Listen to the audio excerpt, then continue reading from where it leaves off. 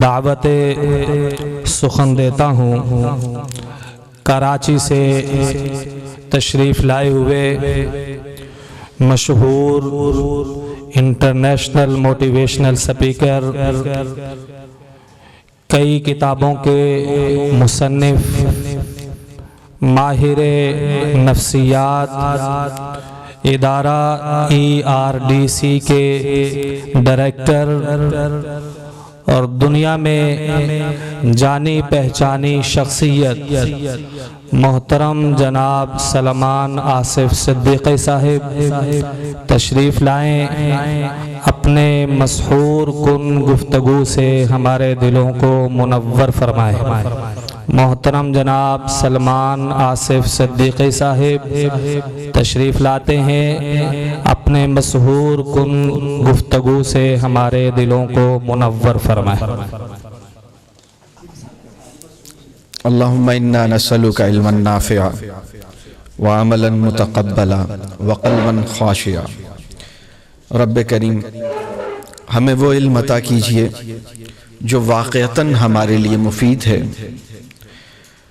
اور پھر ہمیں اس عمل کی توفیق دیجئے جو آپ کو پسند آنے والا ہے، اور پھر اتنا اچھا علم مل جانے کے بعد اور ایسا عمل کر لینے کے بعد ہمیں اترانے والا نہ بنائیے، ہمیں اپنے سے ڈرنے والا ہی رکھیے۔ آج میں کوشش کروں گا کہ میری گفتگو کچھ مختصر ہو اور پھر کچھ سوال جواب کی صورت بھی پیدا ہو۔ اگر آپ کے لیے ممکن ہے گفتگو کے اہم نکات اگر نوٹ ٹیکنگ کچھ لکھ سکیں اس کے اوپر تو بہت اچھا ہوگا، اہم نکات کو نوٹ کیجئے گا۔ میں بھی ایک طالب علم کی حیثیت سے چند باتیں آپ کی خدمت میں کرنے کے لیے حاضر ہوا ہوں۔ اللہ کا بہت احسان ہے کہ آپ لوگوں نے اپنی زندگیوں کو ایک بہت عظیم مقصد کے لیے لگایا ہے۔ رب کریم کا بہت بڑا فضل ہے کہ آپ کو اللہ تعالیٰ نے دین کا علم عطا کیا، آپ نے اس علم کو حاصل کرنے کے لیے اپنی زندگیوں کا بڑا حصہ لگایا، اور اب اسی کی خدمت کرنے کے لیے آپ اپنی بقیہ زندگی بھی لگا رہی ہیں۔ اللہ تعالیٰ اس پوری کاوش کو رب کریم قبول فرمائے، اور رب کریم اس کاوش کے بہترین نتائج امت کو دیکھنا بھی نصیب فرمائے۔ میری گفتگو میں آج میں 3 باتیں عرض کروں گا۔ پہلی بات یہ کہ پہلا سوال یہ ہے، اور اس سوال پہ تھوڑی سی میں بات کروں گا،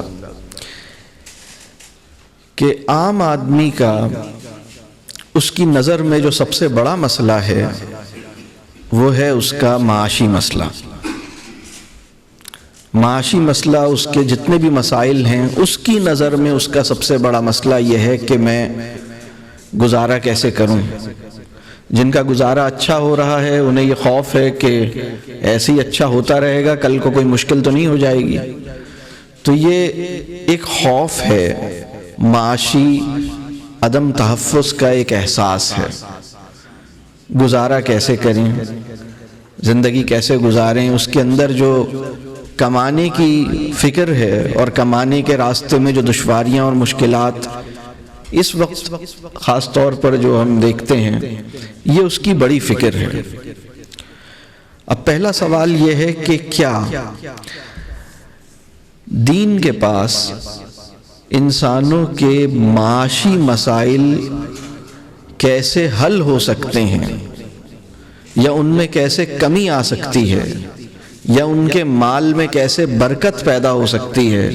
کیا دین کے پاس اس حوالے سے اس مسئلے کا کوئی جواب موجود ہے یا نہیں ہے؟ کیا خیال ہے؟ الحمدللہ دین کے پاس اس کا ایک جواب موجود ہے، اور دین کے پاس اس کے بہت تفصیل، مطلب ایک پورا زندگی کیسے گزاریں جس سے آپ کی معاشی دشواریاں انشاءاللہ تعالی حل ہوں گی۔ یعنی آپ کو جو مشکلات یعنی انسانوں کو جو مشکلات آتی ہیں اس پہ کیسے کام کیا جائے، تو دین کے پاس بھی اس کے لیے کوئی رہنمائی موجود ہے۔ الحمدللہ دین کے پاس ہے موجود۔ دوسرا سوال، ہمارے معاشرے میں جسمانی بیماریاں آپ کو نظر آتا ہے کہ یہ بڑھ گئی ہیں یا کم ہوئی ہیں اس وقت؟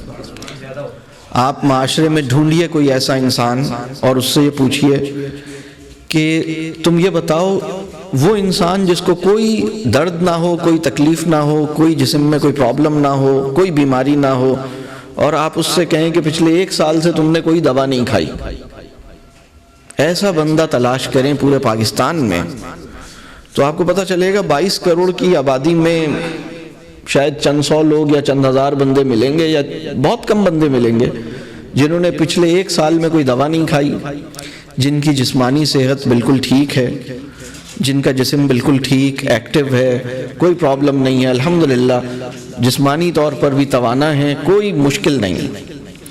معاشرے میں جسمانی بیماریاں بڑھ رہی ہیں اور بہت زیادہ بڑھ رہی ہیں، اور اس کے اوپر بہت سی تحقیقات ہیں۔ ایک سروے کے مطابق، ایک اندازے کے مطابق شہری علاقوں میں تقریباً 50% سے زیادہ آبادی، بعض ایسٹیمیٹس ایسے ہیں کہ شاید 60% کے قریب، ہر ہفتے کوئی نہ کوئی دوا ضرور لیتی ہے۔ یعنی انسان جو ہے وہ ہفتے میں کوئی نہ کوئی سر درد کی لے لے گا، کوئی پیٹ خرابی کی لے لے گا، کوئی نزلے زکام کی لے لے گا، کوئی نہ کوئی۔ کچھ لوگ تو ایسے ہیں جو سارے سال دوا لیتے ہیں، کچھ کا تو روزانہ کا خرچہ دوا کا موجود ہے، اور کچھ ایسے ہیں جو دوسرے تیسرے دن دوا لینے کی ضرورت پڑ جاتی ہے۔ تو اب دوسرا سوال یہ ہے کہ کیا دین کے پاس اس مسئلے کے اوپر کوئی رہنمائی موجود ہوگی یا نہیں ہوگی؟ یہ دوسرا سوال ہے۔ کیا خیال ہے بھئی، ہے یا نہیں ہے؟ ہے، الحمدللہ ہے۔ تیسرا سوال، ہمارے معاشرے میں آپ کو نظر آتا ہے کہ ذہنی مسائل، نفسیاتی مسائل بڑھ رہے ہیں یا کم ہو رہے ہیں؟ بڑھ رہے ہیں۔ آج سے کئی سال پہلے کا ایک رپورٹ تھی، یہ رپورٹ بھی کوئی میرا خیال ہے کتنا، ابھی 2000، یہ تقریباً 5-6 سال پہلے کی رپورٹ ہے تقریباً، اور اس کے بعد کی رپورٹ پھر میں ڈھونڈتا ہی رہا، وہ مجھے تو نظر نہیں آئی، ہو سکتا ہے ہو پھر وہ رپورٹ یہ تھی کہ دنیا میں خودکشی جو ہے یہ اتنی بڑھ گئی کہ ہر 40 سیکنڈ پر ایک آدمی دنیا میں خودکشی کر رہا تھا۔ آج سے 4-5 سال پہلے کا ریٹ یہ تھا۔ اتنا یعنی خودکشی اتنی عام ہو گئی، اتنی زیادہ اس کی تعداد ہو گئی۔ یعنی جتنی دیر میں گفتگو کروں گا، یعنی آج سے 5 سال پہلے جو خودکشی کی شرح تھی نا، تو تقریباً 100 بندے دنیا میں خودکشی، اللہ تعالیٰ آسان کرے، اللہ ان کو ہدایت دے، سمجھ دے، نا امیدی اور ڈپریشن کے مرض سے چھٹکارا دے، اور وہ نہ کریں ایسا۔ لیکن یہ رفتار یہ تھی، اور اب وہ بڑھ رہی ہے۔ بات سمجھ آ رہی؟ تو تیسرا سوال یہ ہے کہ نفسیاتی مسائل، ذہنی مسائل، اور پھر ذہنی اور نفسیاتی مسائل کے علاوہ جو اسی کے ساتھ جڑی ہوئی چیز ہے نا کہ تعلقات خراب ہو جانا، لڑائی جھگڑے، آپس کے لوگوں کے ایک دوسرے کے اختلافات، اور اس میں پھر آپس کی لڑائیاں، اور اس کے ساتھ بھی غصہ آپ دیکھتے ہیں غصہ کتنا ہے، بہت زیادہ ہے۔ غصہ بھی ایک نفسیاتی مسئلہ ہے۔ یہ جو حد سے زیادہ بڑھا ہوا غصہ، جس کے اوپر اس بندے کی زبان سے، اس بندے کے ہاتھ سے دوسرا انسان اس کو نقصان پہنچا دیتا ہے، زبان سے غلط بات کہہ دیتا ہے، ہاتھ سے کوئی غلط عمل کر دیتا ہے، دوسرے بندے کا تو کام ہوا، یا اپنے آپ کو نقصان پہنچا دیتا ہے۔ تو یہ جو مسئلہ ہے ذہنی اور نفسیاتی بیماریوں کا، کیا دین کے پاس اس مسئلے کا بھی کوئی علاج یا کوئی حل یا کوئی رہنمائی ہوگی یا نہیں ہوگی؟ کیا خیال ہے؟ الحمدللہ ہے۔ تو یہ 3 بڑے مسائل ہیں ہمارے معاشرے کے، اور بھی بہت سارے مسائل ہیں، میں نے صرف 3 کو چھیڑا ہے۔ اور کہنے کا مقصد یہ ہے کہ الحمدللہ دین کے پاس ان تینوں کے لیے کچھ ایسی رہنمائی موجود ہے کہ جس کو اگر سمجھ لیا جائے اور جس پہ غور کیا جائے اور جس پہ عمل کیا جائے اور جس کو اپنے گھروں میں اور اپنے محلوں میں اور اپنے ملنے والوں میں پھیلا دیا جائے یہ پورا علم، تو انشاءاللہ تعالی اللہ تعالیٰ کے فضل سے یہ مسائل بہت حد تک ہم ان مسائل سے نکل آئیں گے۔ پھر بھی اگر کوئی مسئلہ موجود رہا تو وہ رب کریم کی آزمائش کی ایک شکل ہوگی. اس نے آزمائش مطلب وہ بھی پھر بیماری بھی اللہ کا فضل ہوگی. اگر پہلے تو ہم ان مسئلوں سے نکلنے کا جو طریقہ، پہلے ہم زندگی ویسے گزاریں جیسے گزارنی چاہیے، تو یہ مسائل 90%، 95% ویسے ہی ختم ہو جائیں گے. تھوڑے بہت اگر بچے تو ٹھیک ہے، وہ پھر انسان کی زندگی میں امتحان ہے اللہ کی طرف سے، اس کو قبول کرے. تو جو سب سے پہلی بات تھی معاشی مسائل، اس کا جو سب سے اہم بات ہے اس کے لیے کہ ہم اپنی زندگی میں یہ سمجھیں کہ ہماری ضرورت اور ہماری خواہش کا فرق کیا ہے. ضرورت کیا ہے اور خواہش کیا ہے. کتنے لوگوں کا خیال ہے کہ موبائل فون ان کی ضرورت ہے؟ کتنے لوگوں کا خیال ہے ضرورت ہے یا نہیں ہے؟ ضرورت ہے. تو پھر حضرت آدم علیہ السلام کیسے زندگی گزار رہے تھے بغیر موبائل فون کے؟ یا بی بی حوا کے ساتھ 2 موبائل بھی تھے، وہ ان کے پاس رکھے ہوئے تھے کہ جب حضرت آدم کو کال کرنی ہو تو یہ موبائل لے لیں.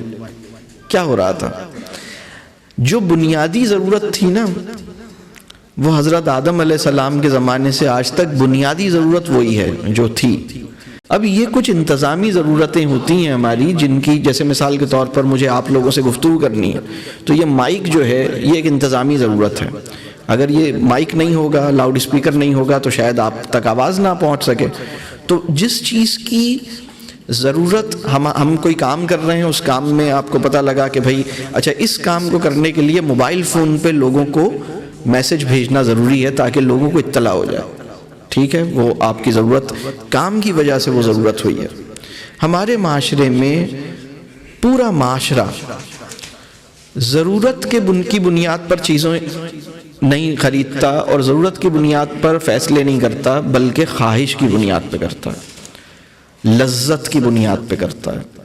تو ہمیں کیا دیکھنا ہے کہ ہم جو فیصلہ کر رہے ہیں، جو چیزیں خرید رہے ہیں، ضرورتاً خرید رہے ہیں یا خواہش کی بنیاد پہ خرید رہے ہیں، لذت کی بنیاد پہ خرید رہے ہیں. ابھی اگر ہم لوگوں سے یہ پوچھیں کہ زندگی میں کبھی ایسا ہوا کہ ایک چیز آپ نے خریدی جس کی ضرورت تو نہیں تھی لیکن وہ بہت سستی مل رہی تھی اس لیے خرید لی؟ کیا خیال ہے؟ معاشرے میں ایسے لوگ کم ہوں گے یا زیادہ ہوں گے؟ زیادہ ہوں گے. انہوں نے ایک چیز خرید لی، ضرورت نہیں تھی، سستی مل رہی تھی. آپ نے کہا سستی مل رہی تو خرید لیتے ہیں.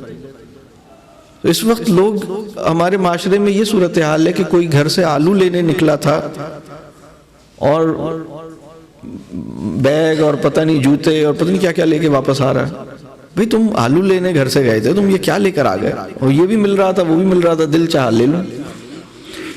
دل کو سنبھالنا پڑے گا، اپنے دل کو، اور دل کو یہ سمجھانا پڑے گا کہ میں اپنی ضرورت اور اپنی خواہش میں فرق کروں گا، اپنی زندگی کو آسان کروں گا.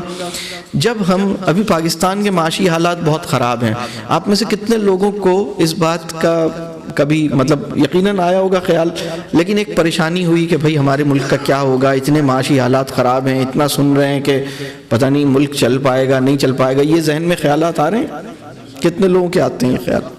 سب کے ہی آ رہے ہیں. ٹھیک ہے، تو میں آپ کو بتاؤں کہ ہم نے کیا کیا.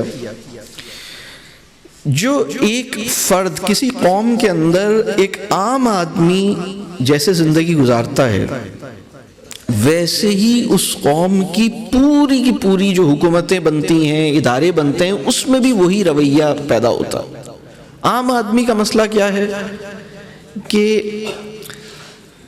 جیب میں اگر 100 روپے ہیں تو خرچہ کرنے کی خواہشات 1000 روپے کی ہیں یا نہیں ہیں؟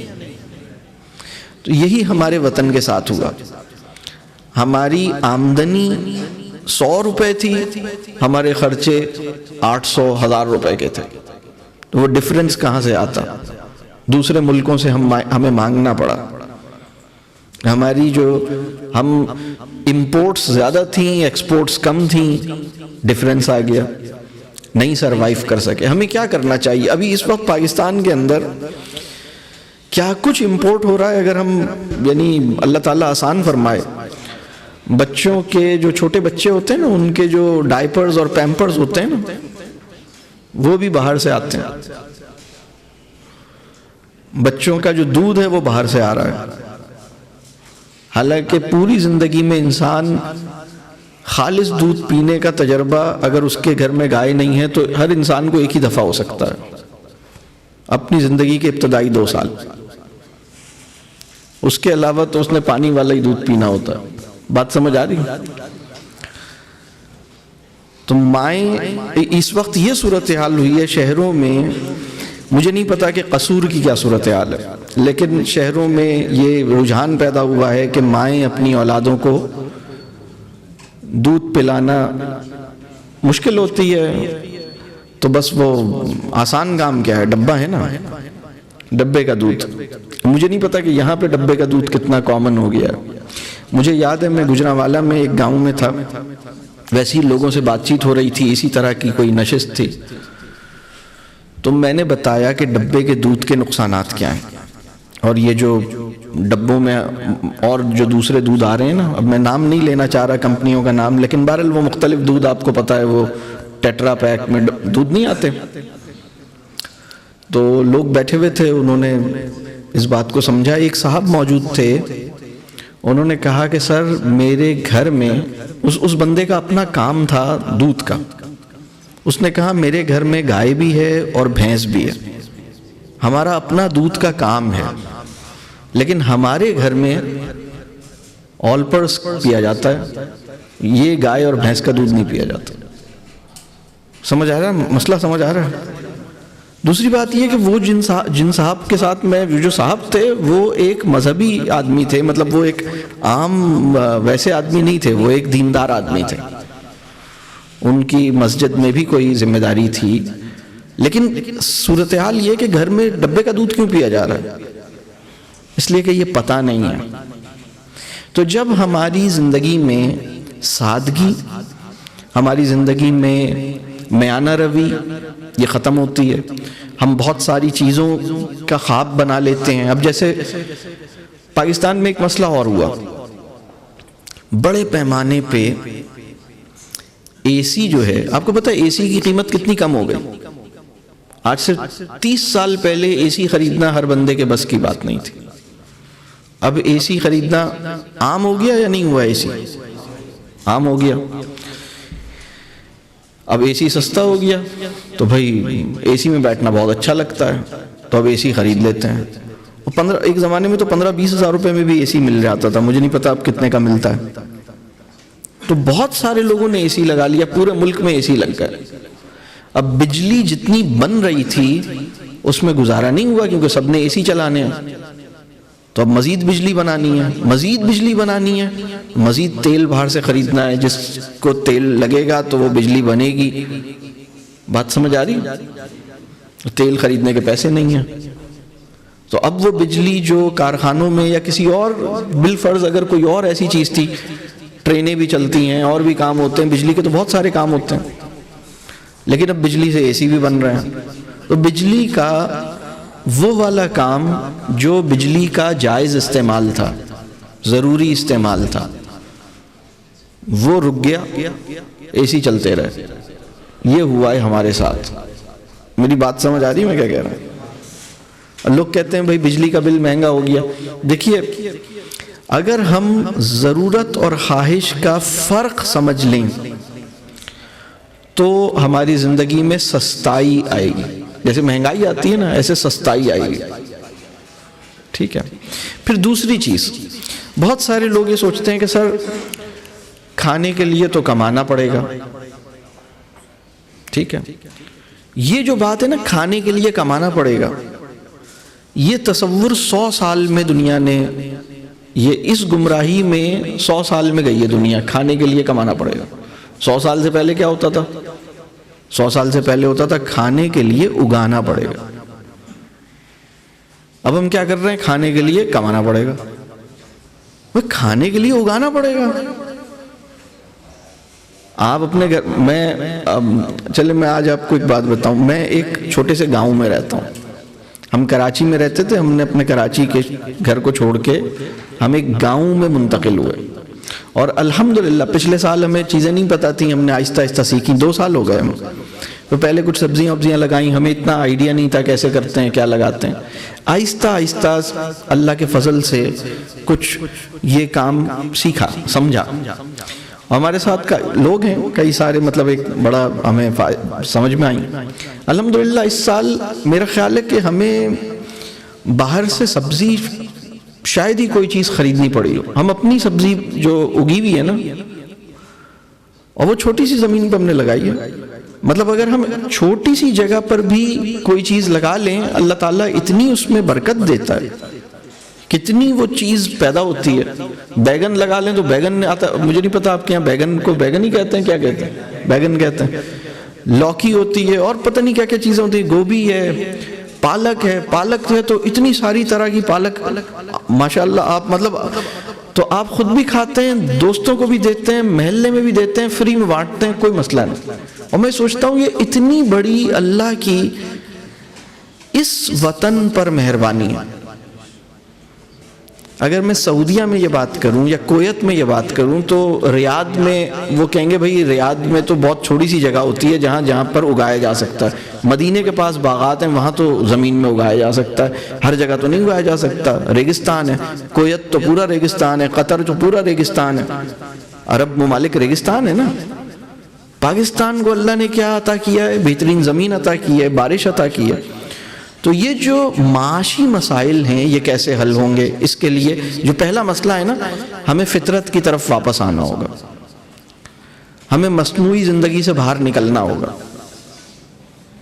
جس وقت گرمی آتی ہے نا، جس وقت ہم گھروں میں ہوتے ہیں اپنے، جس وقت ہمیں لائٹ کھولنے کی ضرورت ہوتی ہے نا گرمی کے اندر، جب گھروں کی بات کر رہا ہوں، گھر کو کیسا ہونا چاہیے، اس وقت ہمیں یا پنکھا کھولنے کی ضرورت محسوس ہوتی ہے نا، اس وقت ہمیں کھڑکی کھولنا چاہیے.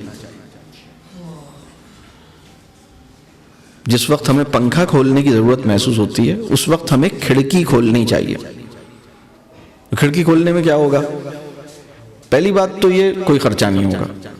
دوسری بات یہ اللہ کی بہترین جو نعمت ہے تازہ ہوا وہ اندر داخل ہوگی. آپ گہری سانس لیں گے، آپ کی پورے جسم کو ایک خوشی اور سرور حاصل ہوگا، آپ کے ذہن کو تازگی محسوس ہوگی، اور اس میں کوئی خرچہ نہیں ہے. لیکن ہم کیا کرتے ہیں، یعنی معاشرے میں زیادہ تر لوگ کیا کرتے ہیں، جس وقت ہمیں پنکھا کھولنے کی ضرورت، ہمیں یعنی ہم کھڑکی نہیں کھولتے، ہم پنکھا کھولتے ہیں. بات سمجھ آ رہی ہے؟ میں آپ کو بتاؤں ایک واقعہ. میں ایک دفعہ یورپ کے کسی علاقے میں سفر کر رہا تھا، مجھے ایک جگہ سے دوسری جگہ جانا تھا، اور میں کسی ہمارے ایک رشتہ دار ہیں ان کے گھر پہ ٹھہرا ہوا تھا. تو میں نے ان سے پوچھا کہ مجھے فلاں جگہ پہ جانا ہے تو کیسے. انہوں نے بتایا کہ کس طرح سے مجھے بسوں اور ٹرینوں کا بڑا اچھا نظام ہے. تو وہ انہوں نے کہا کہ اتنے بجے ٹرین آتی ہے، اتنے بجے بس آتی ہے. تو میں نے کہا مجھے جلدی جانا ہے تو سب سے پہلی کتنے بجے آتی ہے؟ انہوں نے کہا سب سے پہلی تو جو میں نے ٹائم انہوں نے بتایا صبح کا 4:45 بجے. تو مجھے اندازہ ہوا کہ فجر سے بھی پہلے وہاں پہ گاڑی مل جاتی ہے اور بڑا اچھا نظام ہے. تو میں نے کہا ٹھیک ہے میں سب سے پہلی والی میں جاؤں گا. میرے ذہن میں تھا کہ وہ جلدی پہنچ جاؤں گا اور خالی ہوگی ٹرین اور بس، بالکل فجر سے پہلے نکل جاؤں گا اور وہاں پہنچ کے اپنا نماز کریں گے.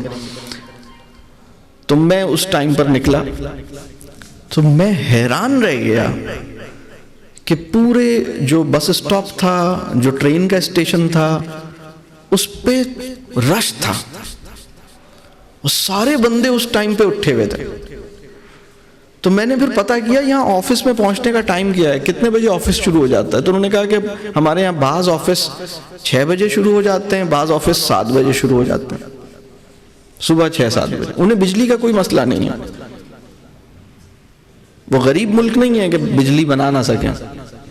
لیکن انہوں نے کہا ہم صبح سے ویلے شروع کر دیتے ہیں اور 3 بجے تک 4 بجے تک اپنا کام کمپلیٹ کر چکے ہوتے ہیں، بہت سے بہت 3 بجے تک یا 4 بجے تک. لیکن ہمارے یہاں تو بہت سی مارکیٹیں کھلتی ہی 11-12 بجے. کیا خیال ہے؟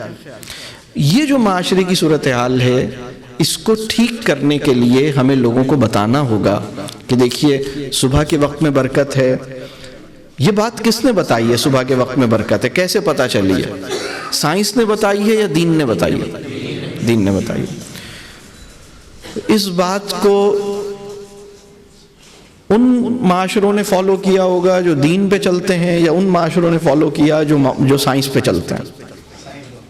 بات سمجھ آئی؟ دنیا کے وہ معاشرے جو سائنس پہ چلتے ہیں انہوں نے اس بات کو سمجھ لیا، اور جو دین پہ چلنے والا معاشرہ ہے وہاں پہ یہ کام نہیں ہو رہا. ہمیں سادگی اختیار کرنی ہے، ہمیں اپنے طرز زندگی کو ٹھیک کرنا ہے، ہمیں اپنے معاملات کو ٹھیک کرنا ہے. معاشی معاملات ایسے ٹھیک ہوں گے کہ ہم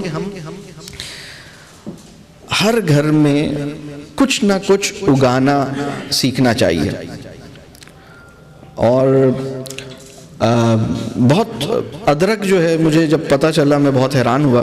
چھوٹی سی جگہ پہ آپ ادرک لگا لیں، بس آپ کو پھر ادرک خریدنا نہیں پڑے گا. یہ پتہ ہے آپ کو؟ ہر کھانے میں ادرک ڈل رہا ہے. آپ کو مہینے کا 1000 روپے کا تو ادرک ہی بچ گیا. واللہ کی مرضی، آپ بلکہ آپ کے پاس اتنا ہو جائے گا آپ دوسروں کو بھی تحفے میں دیں گے.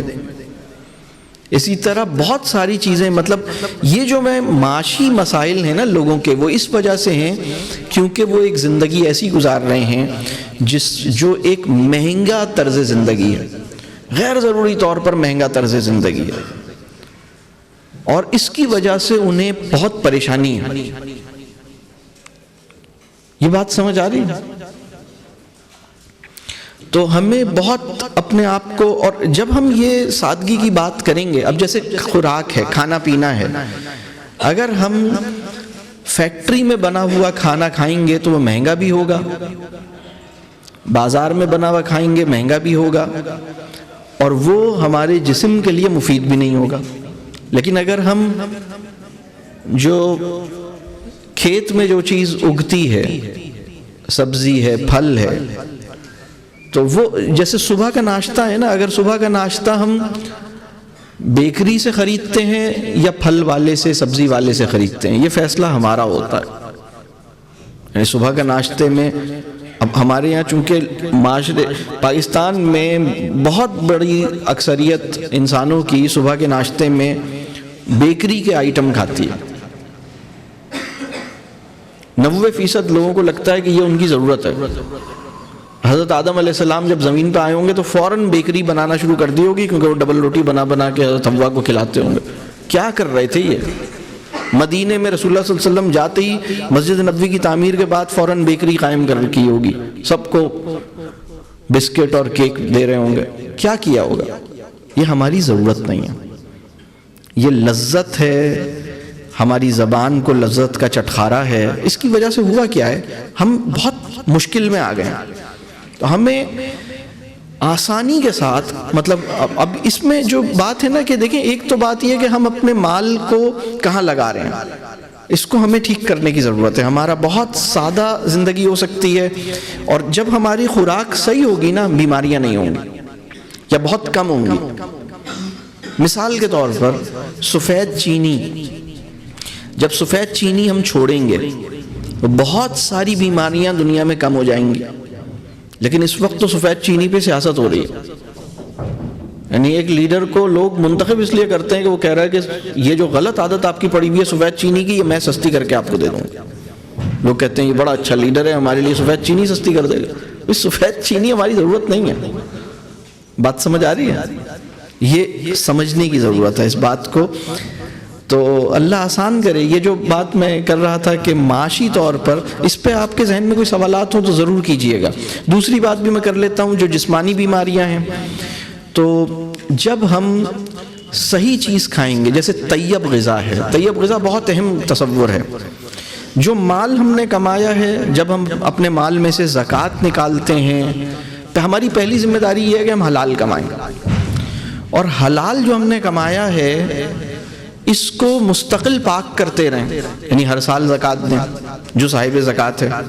جو مال کمایا ہے، اگر وہ زمین سے کوئی چیز پیدا ہوئی ہے، فصل پیدا ہوئی ہے، اس کے اوپر جو بنتا ہے عشر وہ دیا جائے. تو اس سے وہ مال پاک ہوگا، حلال مال ہے لیکن اسے پاک کیا گیا ہے۔ اور پھر اس کے بعد اس کا جو طیب غذا ہے وہ ہم کھائیں، یعنی ہم طیب غذا کا مطلب یہ ہے کہ جو وہ غذا جو فیکٹریوں میں بنی ہے اس میں ایسے معاملات کیے جاتے ہیں کہ وہ ہمارے جسم کے لیے بہت نقصان دہ ہے، لیکن اس کا لوگوں کو اندازہ نہیں ہے، لوگوں کو پتہ ہی نہیں ہے۔ کیا خیال ہے؟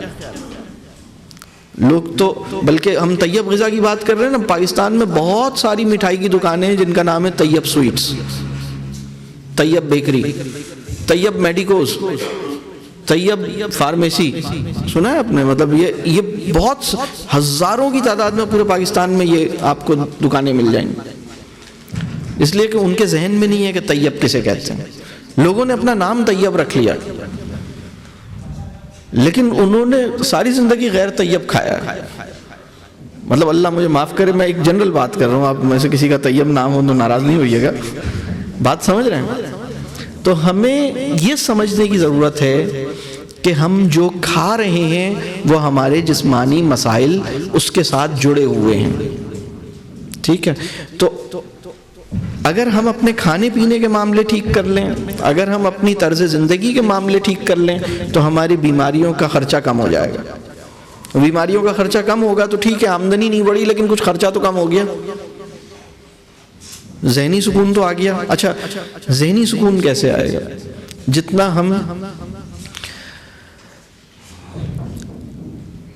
اللہ کا شکر ادا کریں گے، جتنا ہم جو ہمیں مل رہا ہے اس پہ ہم شکر ادا کریں گے، ذہنی سکون اس وقت آئے گا جب ہمیں معاف کرنا، معافی مانگنا ہمارے لیے آسان ہو جائے گا، اور جب ہم فطرت کے قریب آئیں گے۔ تو یہ کچھ موٹی موٹی باتیں ہیں، میں نے 3 باتیں عرض کی، اس پہ سوچئے گا کہ ذہنی مسائل، جسمانی مسائل، معاشی مسائل، یعنی نفسیاتی مسائل، جسمانی مسائل اور معاشی مسائل۔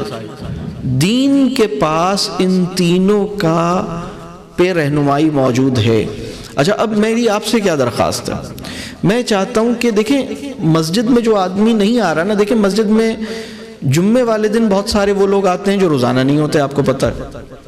فجر کی نماز میں وہ لوگ ہوتے ہیں جو ہر نماز میں ملیں گے، جمعے کی نماز میں وہ ایک طبقہ ہے جو عید کی نماز میں، ایک طبقہ ہے جو فجر کی نماز میں، 2 ایکسٹریم ہو گئی۔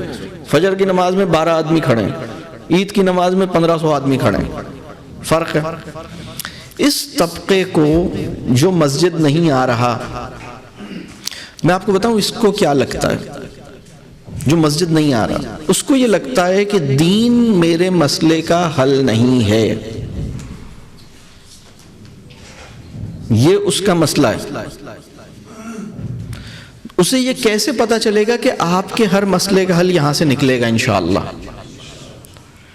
تو اس کے لیے ہمیں یہ سوچنا ہوگا کہ ہماری یعنی جو تعلیم ہے اس کے اندر ہم ان چیزوں کو بہت مطلب عام آدمی کے جو مسائل ہیں نا، مثال کے طور پر اگر اس کی نفسیاتی پرابلمز ہیں، غصہ بہت آتا ہے، اب ایک بندہ غصہ بہت آتا ہے اور 1 سال سے اس نے ہماری مسجد میں آنا شروع کیا، 1 سال ہو گیا، 1 سال سے وہ تقریباً نمازوں میں ہر نماز میں آتا ہے، ہر جمعے میں آتا ہے، 1 سال سے یہ ہماری مسجد میں آ رہا ہے۔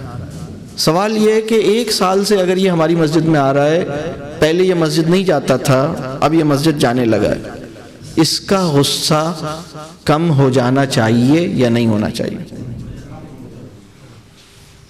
بات سمجھ آئی؟ کیسے کم ہوگا؟ جب ہم اس مسئلے پہ بات کریں گے۔ اس کے نفسیاتی پرابلمز ہیں، وہ 1 سال سے الحمدللہ یا 6 مہینے سے جڑ گیا ہے یہاں، اس کے نفسیاتی پرابلمز حل ہونے چاہیے۔ اپنی اولاد سے اس کی نہیں بنتی، مارتا ہے بچوں کو، مسجد میں آنا شروع ہوا، اس کا معاملہ آسان ہونا چاہیے، بیمار رہتا تھا۔ دیکھیں پرہیز کرنا ہمارے معاشرے میں لوگوں کے لیے آسان کام ہے، مشکل کام ہے؟ پرہیز کرنا مشکل کام ہے، بلکہ پتہ ہے انسولین بہت بڑی کئی ارب ڈالرز کی انڈسٹری کھڑی ہے انسولین کی، انسولین ہوتا ہے نا، جانتے ہیں نا انسولین؟ تو اگر آپ کی یہ بات لوگوں کو سمجھ آ گئی کہ دیکھو اپنے نفس پہ قابو رکھو، لذت کے لیے نہیں کھاؤ، بھوک روک کے کھاؤ، بسیار خوری نہیں کرو، سفید چینی والی چیزیں نہیں کھاؤ، پرہیز کرو، اپنی غذا کو ٹھیک کرو، اگر یہ بات سمجھ آ گئی تو ملٹی بلین ڈالرز کی انڈسٹری بیٹھ جائے گی۔ تو وہ ممالک جو مسلمان آبادیوں پہ بامبنگ کرتے ہیں نا، ان کو ان کی معیشت کو نا، اللہ ہمیں معاف کرے، ہمیں یہ سوچنے کی ضرورت ہے کہ کہیں میرا طرز زندگی ان کی معیشت کو مستحکم کرنے کی وجہ تو نہیں بن رہا جو مسلمانوں پہ حملہ آور ہوتا ہے۔ میری بات سمجھ آئی میں کیا کہہ رہا ہوں؟ بہت مطلب خطرناک بات ہے، اس لیے کہ وہ تو انسولین بیچ رہا ہے۔ اس وقت صورتحال یہ ہے کہ لوگوں کو یہ بھی نہیں پتا، یعنی یہ علم رسول اللہ صلی اللہ علیہ وسلم نے فرمایا تھا کہ وہ علم اٹھا لیا جائے گا، ایک وقت آئے گا علم اٹھا لیا جائے گا۔ اللہ تعالیٰ رحم فرمائے، کون کون سا علم ہوگا یہ بہرحال علماء کرام جانتے ہیں، لیکن یہ جو بات ہے نا کہ چھوٹی چھوٹی چیزوں کا، مثال کے طور پر ابھی پچھلے دنوں پیناڈول کے بارے میں مشہور ہوا کہ پیناڈول نہیں مل رہی، ہوا مشہور۔ اچھا، ہماری اس وقت صورتحال پاکستان میں یہ ہے کہ جتنی مقدار میں ہمیں پیناڈول کی ضرورت ہے نا، میں تو یہ سوچ رہا ہوں کہ کچھ عرصے کے بعد یہ ابھی گن کے ملتی ہیں نا، 2 پتے 4 پتے، اچھا 10 گولیاں 20 گولیاں 15 گولیاں 5 گولیاں، مجھے لگ رہا ہے یہی صورتحال ہماری رہی نا تو تول کے ملے گی، 1 پاؤ آدھا کلو پیناڈول، 1 کلو پیناڈول، 1 پاؤ پیناڈول تل کے ملے گی۔ مجھے تو لگ رہا ہے یہ لوگ پہلے سے کہیں گے یار میرے 3 کلو پیناڈول ہر مہینے میرے گھر میں رکھ دو، میری 1 مہینے کا خرچہ 3 کلو پیناڈول۔ مجھے تو لگ رہا ہے کہ اس طرح سے ابھی ہم اس طرح گن کے تو وہ جو صورتحال ہماری ہے نا، لیکن جب ہمیں سوال یہ ہے کہ دیکھیں، جب ایک اور بات میں آپ کو بتاؤں، جب کبھی کسی انسان کے سر میں درد ہوتا ہے تو اللہ تعالیٰ اس انسان کی زندگی میں ایک موقع دیتا ہے اسے کہ وہ یہ غور کرے کہ تمہارے سر میں درد کیوں ہوا ہے، تمہارے ساتھ کوئی پرابلم ہے۔ درد جو ہے نا وہ ہماری پین، پتہ ہے کیا ہے پین جو ہے نا، ہمارے جسم کے سیکیورٹی سسٹم کا نام ہے پین، بلکہ سیکیورٹی الارم کا نام ہے پین۔ جیسے کسی بینک میں، کسی جگہ پہ، کسی آفس میں اللہ نہ کرے کوئی گڑبڑ ہو، کوئی ڈکیتی ہو، چوری ہو، تو ایک دم گھنٹیاں بج جاتی ہیں، الارم بج جاتا ہے۔ بینک کا سسٹم ہوتا ہے، سیکیورٹی سسٹم ہوتا ہے، الارم بجتا ہے۔ ہماری باڈی کے اندر بھی الارم بجتا ہے جو سر میں درد ہوتا ہے یا باڈی میں درد ہوتا ہے۔ ہم کیا کرتے ہیں؟ درد کی گولی کھا لیتے ہیں، درد کی گولی کھا کے درد چھپ گیا، مسئلہ تو نہیں چھپا، مسئلہ تو اپنی جگہ ہے۔ بہت سے لوگوں کو گردوں میں درد ہو رہا ہوتا ہے، گولی کھاتے ہیں درد ختم، لیکن گردے میں تو جو پریشانی ہے وہ پریشانی تو حل نہیں ہوئی۔ تو ہمیں جب پین ہوتا ہے تو ہمیں کرنا کیا چاہیے؟ ہمیں یہ سوچنا چاہیے کہ اس درد کی وجہ کیا ہے۔ جب بھی کبھی درد ہو نا، اپنی ذات پہ غور کرنے کا موقع رب کریم ہر بندے کو درد میں مبتلا کر کے عطا کرتا ہے کہ تم اپنی ذات پر غور کرو، تم زندگی گزار کیسے رہے ہو۔ تو جب ہم غور کرتے ہیں، جب بھی کبھی درد ہو، ایک اصول بنا لیں، پچھلے 48 گھنٹے کیسے گزرے ہیں ان کو سوچیں، اس میں کیا صحیح نہیں کھایا تھا، کیا صحیح نہیں کیا تھا، کیا غلط ہوا تھا۔ 48 گھنٹوں کی پوری کاروائی سوچنا شروع کریں، سمجھ آ جائے گا۔ اس میں کوئی وجہ ہوگی، اچھا اس وجہ سے درد ہو گیا، فلاں چیز زیادہ کھا لی، فلاں چیز نہیں، مطلب کوئی بھی وجہ ہو سکتی ہے، ناشتہ نہیں کیا، یہ کیا، غلط چیز ہو گئی، اس عمل کو ٹھیک کریں۔ ہم کیا کر رہے ہیں؟ پیناڈول کھا رہے ہیں، یعنی اپنا عمل ویسا ہی ہے، پیناڈول کھا کے درد کو دبا دیا، مسئلہ تو بڑھا ہے نا اس سے۔ بات کلیئر ہو رہی ہے؟ تو اللہ تعالیٰ ہمیں یہ علم عطا کرے۔ میں آپ سے یہ کہوں کہ بیماریوں میں ہم اس بات کو، بلکہ میں اکثر یہ بات کہتا ہوں، 100 سال سے پیچھے چلے جائیں، 100 سال سے پہلے ہمارے جو یہ بہت عام تھا کہ وہ انسان جو دین کا علم رکھتا تھا وہ علم الغذاء اور علم البدن بھی ایک کسی نہ کسی درجے پر اس کے پاس ہوتا تھا. یعنی وہ لوگوں کو شریعت کے مسائل بھی بتاتا تھا، لیکن جب کوئی مسئلہ لے کے اس کے پاس آتا تھا تو وہ یہ دیکھتا تھا تم کھاتے کیا ہو، تمہاری زندگی کیسی گزر رہی ہے، تمہیں کن چیزوں میں اعتدال کی طرف آنا چاہیے، ٹھیک ہونا چاہیے. یہ بات کلیئر ہو رہی ہے؟ تو ہمیں ان چیزوں کو سمجھنے کی ضرورت ہے. تو میں یہاں پہ اپنی بات روکتا ہوں. آپ لوگوں کے ذہن میں کوئی سوالات ہیں تو پلیز کیجئے. اچھا ہوگا کچھ سوال جواب ہو جائیں. بتائیے. جی جی یہ تھوڑی سی اس کو ہٹائیے گا تاکہ ہاں جی جی فرمائیے. ہاں یہ بند ہی کر دیں. ہاں ہاں جی جی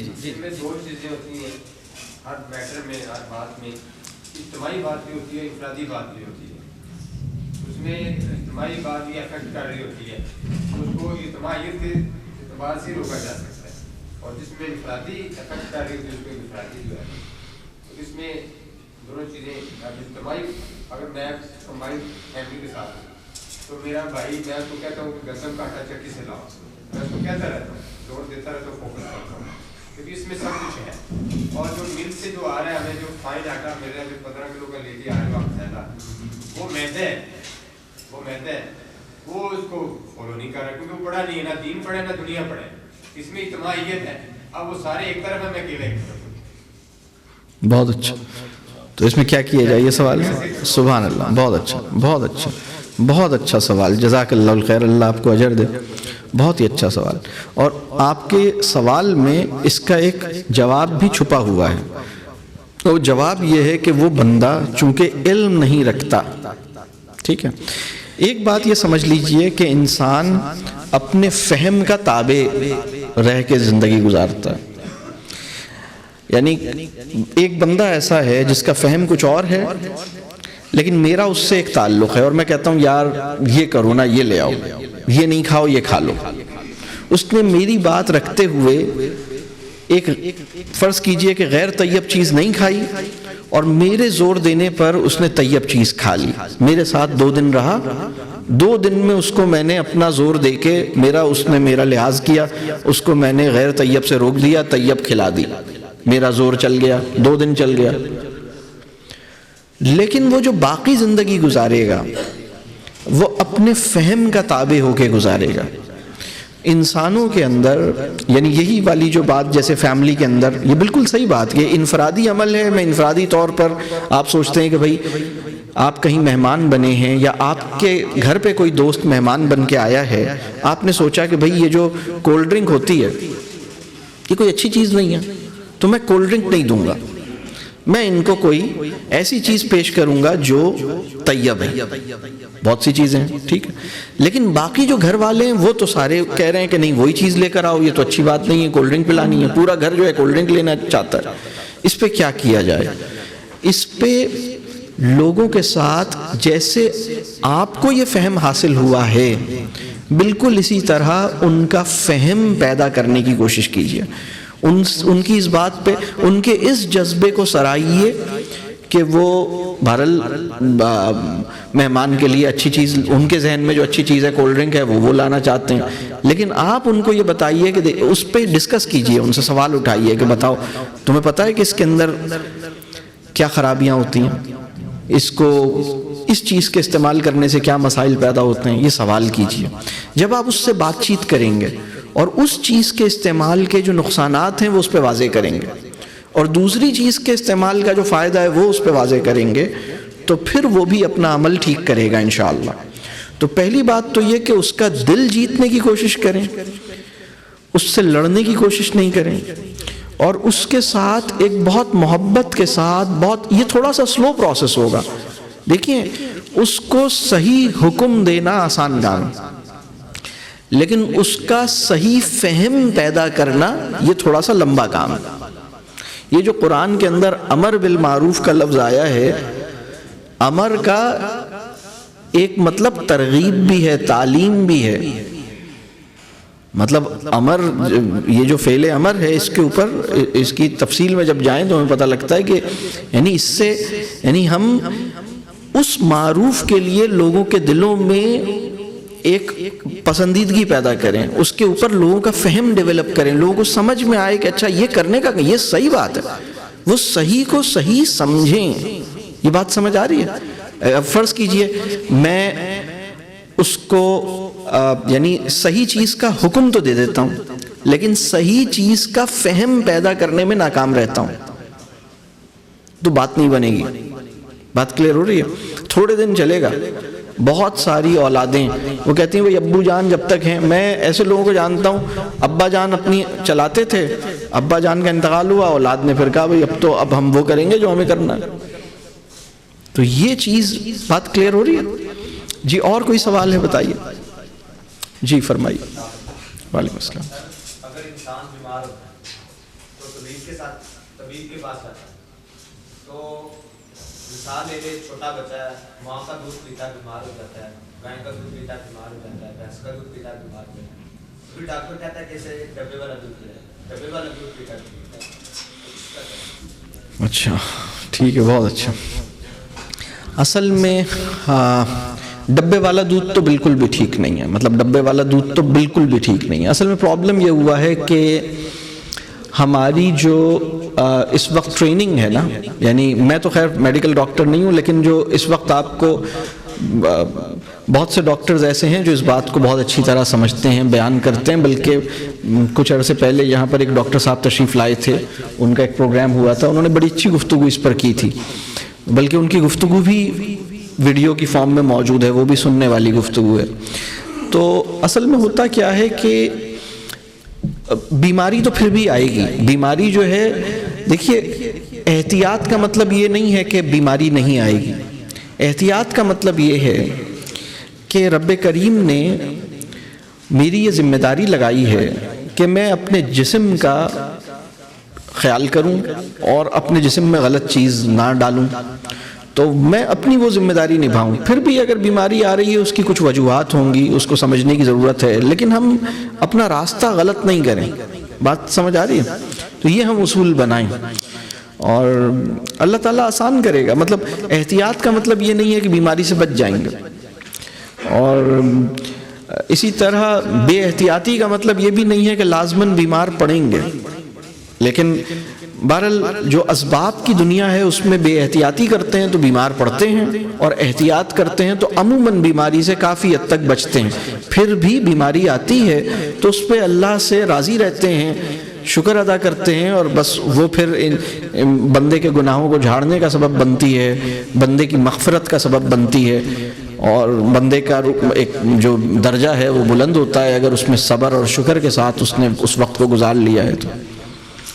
تو اور کوئی سوال؟ جی سر، اس میں جو ہمارے ادارے کے اندر جو دعوت دی جاتی ہے کہ کیمیکل والی چیزوں سے پرہیز کیا جائے، ہم جا کے بتاتے ہیں لوگوں کو، وہ کہتے ہیں آپ جو جتنی میڈیسنز ہیں، جو انگریزی دوائیں ہیں، وہ بھی تو وہ بھی کیمیکلز کی ہیں. آپ پھر ہم یہ کہیں کہ ہم حکماں کے پاس جائیں، اور حکیم حضرات جو ہے وہ بھی میڈیکل جو یہ اس کو رگڑ کے دے رہے ہیں ہمیں، تو ہمیں کس طرف جانا چاہیے؟ یعنی کہ اس کے اندر بھی کیمیکل استعمال ہو رہے ہیں، ٹھیک، کس اعتبار سے؟ ٹھیک. ہاں تو ایک چیز یہ سمجھیے کہ ایک اصول ہے عام زندگی کے اندر کہ ہم عام زندگی کے اندر کیمیکل سے دور رہیں. عام زندگی کے اندر ہماری جو غذا ہے اس کے اندر کوئی ایسی چیز شامل نہ ہو جس کے اندر اس طرح کے جسے ہم پریزرویٹیوز کہتے ہیں، جسے ہم آرٹیفیشل فلیورز کہتے ہیں، ٹیسٹ انہینسر یعنی ذائقے کو بڑھانے والا کچھ چیزیں ڈالی جاتی ہیں جس سے ذائقہ اتنا تیز ہو جاتا ہے کہ زبان کو بہت اچھا لگتا ہے. ایسی چیزیں ڈالی جاتی ہیں. آپ میں سے آپ کو پتہ ہے جو فرینچ فرائز بنتے ہیں، جو بڑی کمپنیاں فرینچ فرائز بناتی ہیں، جو نمکین ہوتے ہیں نا، اس میں بھی سفید چینی ڈالی جاتی ہے. آپ کو پتہ ہے بات؟ سفید چینی بھی ڈالی جاتی ہے اور پھر نمک بھی ڈالا جاتا ہے، اور نمک پھر اتنا زیادہ ڈالا جاتا ہے کہ وہ سفید چینی کی جو مٹھاس پیدا ہوئی ہے اس مٹھاس پہ غالب آ جائے. تو مٹھاس بھی کیوں ڈالا جاتا ہے؟ اس لیے کہ سفید چینی ایک طرح کی ایڈکشن پیدا کرتی ہے. ایڈکشن کہتے ہیں جیسے نشہ ہوتا ہے نا, سفید چینی آپ کا دل چاہتا ہے اور کھائیں اور کھائیں اور کھائیں, تو وہ انڈسٹری اس وجہ سے چل رہی ہے. تو پہلے تو یہ دیکھیں کہ عام حالات میں ہم اس سے بچیں.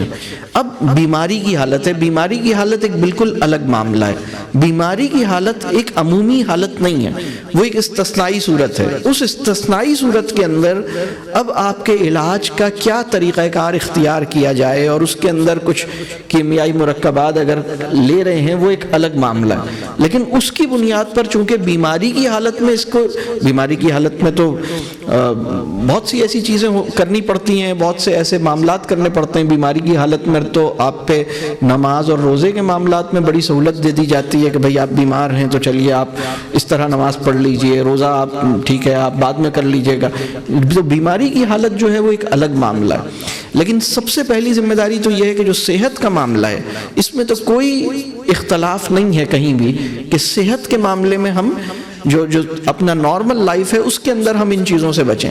اب جو طریقہ علاج کی بات ہے, میں یہ سمجھتا ہوں کہ یہ فیصلہ ہر فرد کا اپنا ہے کہ وہ اب بہرحال انگریزی طریقہ ادویات بھی بہرحال ان سے بھی کچھ علاج ہوتا ہے. میں یہ نہیں کہوں گا کہ اس کو بالکل ہی وہ کر دیں, لیکن جو اس وقت نہ ہم یہ کہہ رہے ہیں کہ بھئی آپ حکیم کی طرف جائیں, لیکن ہم یہ کہہ رہے ہیں کہ جو پرہیز سے جو بیماری بچ سکتی ہے اور دوسری چیزوں سے, اور دوائیاں آپ کے پاس آخری آپشن ہونا چاہیے. انگریزی دوائی بھی اور حکیم کی دوائی بھی اس سے پہلے, یعنی جو دوسری چیز, بھئی یہ ہم قصور میں ہیں نا, میں آپ کو بتاؤں ایک چیز, قصور میں ایک چیز بہت زبردست ہوتی ہے.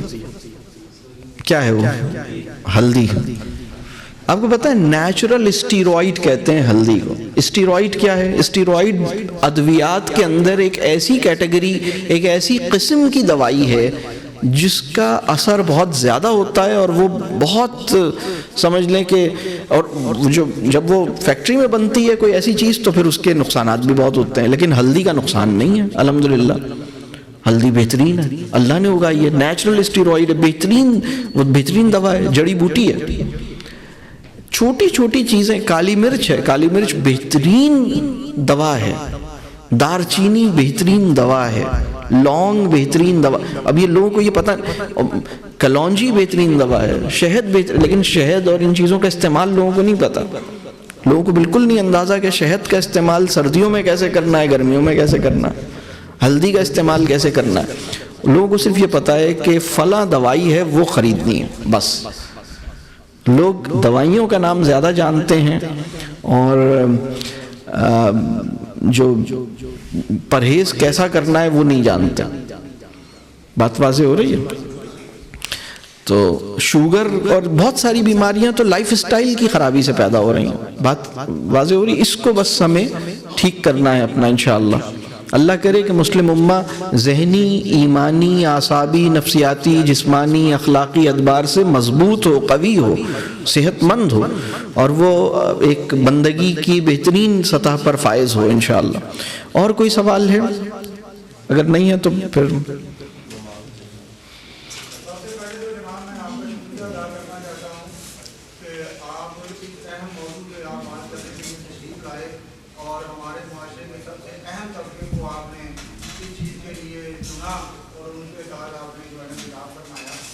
سب سے پہلی بات میں یہ کرنا چاہتا ہوں, سوال سے یہ بات ہوگا کہ آپ نے حوالہ دیا کہ آج سے 100 سال پہلے جو تھا نا علماء کا جو سلیبس تھا وہ مختلف تھا, اس میں علم الغذاء اور علم البدن بھی پڑھایا جاتا تھا. تو دور جدید کے تقاضوں کے مطابق آج جن چیزوں کا آپ نے حوالہ دیا ہے, انڈسٹریز جو بین الاقوامی لیول پہ جو ایک سازش کے تحت پہلے بیماریاں پیدا کرتی ہیں اپنی دوائیاں بیچنے کے لیے, اور پھر وہ دوائیاں بیچتی ہیں اور انہی چیزوں سے جو مال بنتا ہے وہ اپنے مقاصد کے لیے استعمال کرتی ہیں. تو میں آپ سے سوال یہ کرنا چاہتا ہوں کہ آج اس اہم ضرورت کو مد نظر رکھتے ہوئے ایسا کیا کیا جائے کہ ہمارے علماء محراب و منبر پہ بیٹھ کے صرف اور صرف بدنی عبادات کے علاوہ دور جدید کی ضرورتوں کے تقاضوں سے ہم آہنگ ہوتے ہوئے عام آدمی کو وہ خطاب کر سکیں کہ جس طرح ہر عام آدمی جو ہے وہ بھاگ کر مسجد میں آئے اور سمجھے کہ میرے مسئلے کا حل ان کے پاس ہے. نہیں انشاءاللہ بس یہ اس کے لیے دعا بھی کیجیے. میرا خیال ہے کہ اس پہ الحمدللہ یہ جو اتنی بڑی کوشش ہو رہی ہے یہ ساری، اور میں سمجھتا ہوں کہ بہت ایک ان سوالوں پہ غور کرنے کا بہرحال موقع ملا ہے. آپ کے سوال سے بھی بہرحال آپ نے ایک اچھی توجہ دلائی. اللہ تعالیٰ آپ کی یہ جذبہ جو ہے وہ قبول کرے اور میرے اندر بھی ہم سب کے اندر یہ پیدا کرے. تو اللہ تعالیٰ آسان فرمائے. دیکھیے یہ ایک بڑی جد و جہد ہے، اور اصل میں ہوا یہ کہ پچھلی صدی میں نا، آج سے 100 سال پہلے پوری دنیا بڑی پریشانی کی حالت میں تھی. مسلم امہ بھی بڑی پریشانی کی حالت میں تھی. جب خلافت ختم ہوئی تھے اور اس کے بعد بڑی جد و جہد کر کے اللہ نے ایک وطن عطا کیا یہاں پر، اور پھر پوری مسلم امہ میں بہت سارے ممالک آزاد ہو گئے. لیکن اب ہمارا تعلیم کیا ہوگی، ہمارا تربیت کا نظام کیا ہوگا، ہمیں جانا کہاں ہے، ہمارے مقاصد زندگی کیا ہوں گے، اس کو ہم ابھی مطلب اللہ کے فضل سے بس اللہ کرے کہ یہ چیزیں ہم اس پہ غور کریں، اور یہ کرنے کے کام ہیں. اور جیسے ہم یہ بات کر رہے ہیں نا کہ ایک عام آدمی کو یہ محسوس ہو کہ اگر میرا کوئی مسئلہ ہے تو مجھے مطلب مسجد میرے مسائل کے حل کا مرکز ہے، اور میری سب سے بڑی ضرورت. اچھا ایک اور بات سمجھیے، ایک تصور مسئلے کی بھی اصلاح ہونی چاہیے. معاشرے میں عام آدمی کا تصور مسئلہ یہ ہے کہ اس کا سب سے بڑا مسئلہ معاشی ہے، حالانکہ انسان کا سب سے بڑا مسئلہ معاشی نہیں ہے، اعتقادی ہے، ایمانی ہے. ہمارے معاشرے کا سب سے بڑا مسئلہ یہ ہے کہ ہمارا ایمان کمزور ہے، ہماری اپنے عقیدے کے ساتھ کمٹمنٹ کمزور ہے. بات واضح ہو رہی ہے؟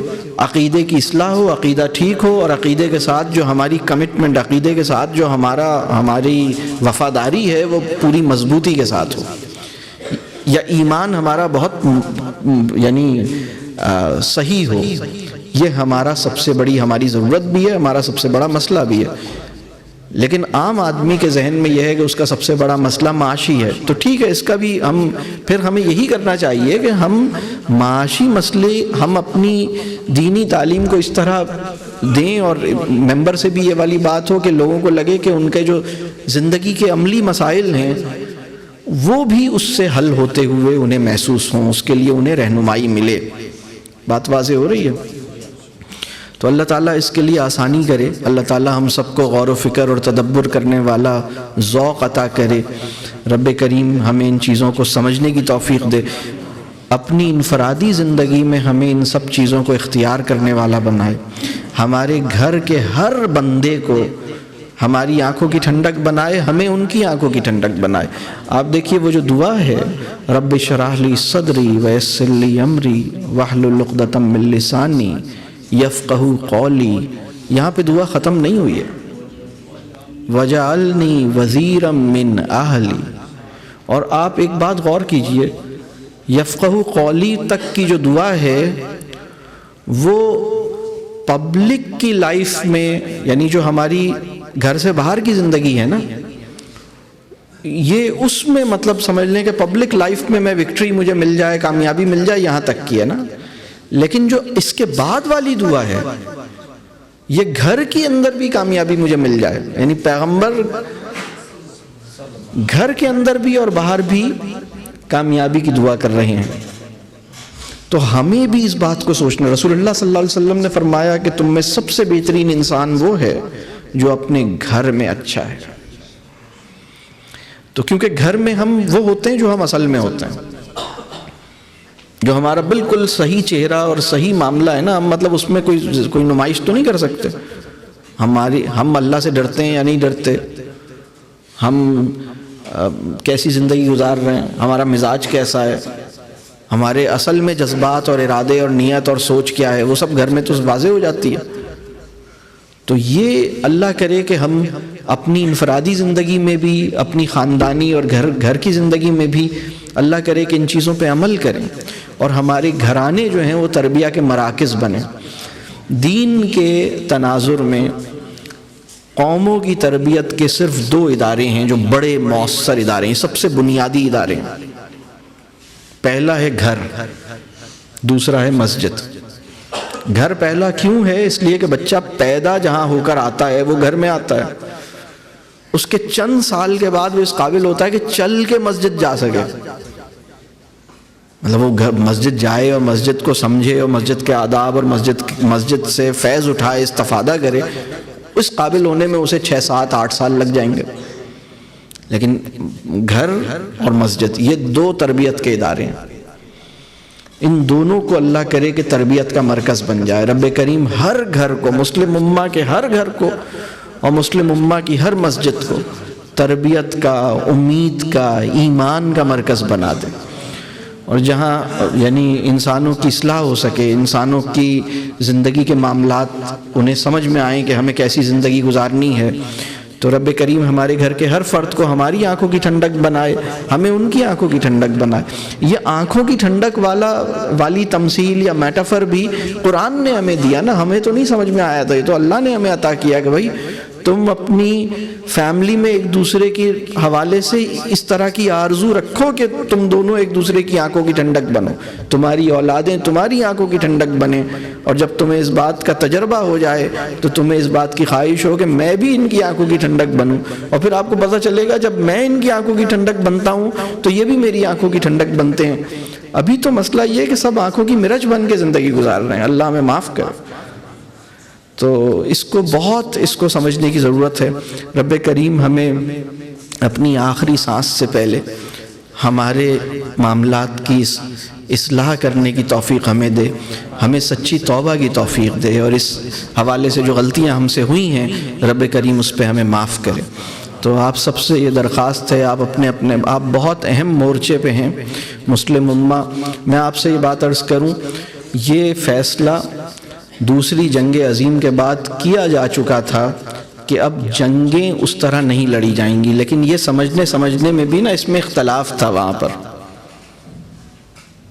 یعنی میدان میں آ کے جنگ نہیں لڑی جائے گی، یہ فیصلہ بہت پہلے ہو گیا تھا، لیکن ان کی صفوں میں اختلاف تھا اس کے اوپر۔ اب افغانستان کے بعد یہ طے ہو گیا ہے کہ جنگ ایسے نہیں لڑی جائے گی۔ بات سمجھ آ رہی ہے؟ ذہن کی زمین پر، قلب کی سرزمین پر ہی جنگ لڑی جائے گی، بس ہمیں ان کی زمین نہیں چاہیے، ہمیں ان کا دل چاہیے۔ بات سمجھ آ رہی ہے؟ تو ہم حالت جنگ میں، مسلم امہ اس وقت پوری مسلم امہ حالت جنگ میں، پوری مسلم امہ حالت جنگ میں۔ حالت جنگ سے مراد یہ حملے کی زد میں ہے۔ جنگ تو اس وقت ہوگی جب ہم جواب دیں گے، ہم تو جواب دے ہی نہیں رہے، ہم تو کہہ رہے ہیں بھائی آ جاؤ، جو کرنا ہے کر لو، ہم نے تو اپنا دل دے دیا انہیں۔ تو یہ آپ بہت اہم مورچے پر ہیں، اور اللہ کرے کہ ہم مطلب اس میں کامیاب ہو سکیں، رب کریم مسلم امہ کو اس کا کھویا ہوا مقام واپس لوٹا دے اور ہم سے مطلب ہمیں معاف کر دے۔ اللہم حاسبنی حسابا یسیرا، اللہ تعالیٰ آسانی کا معاملہ فرمائے۔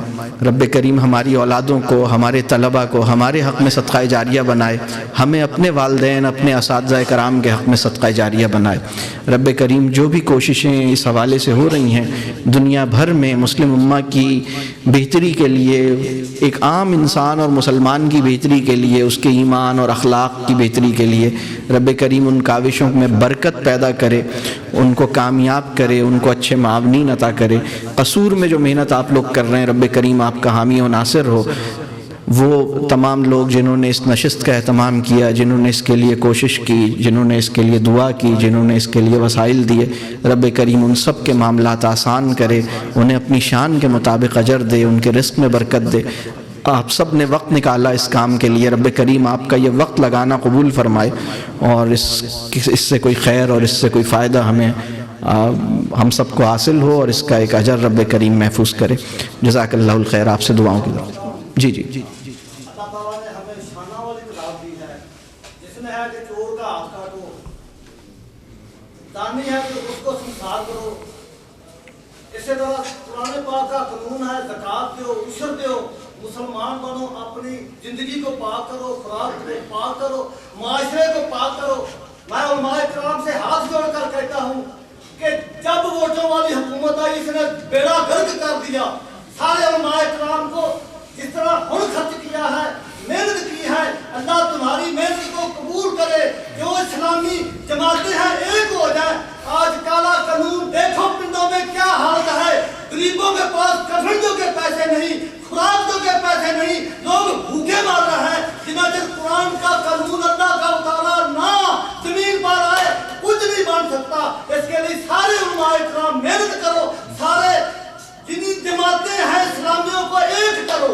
اللہ آسان انشاءاللہ. اللہ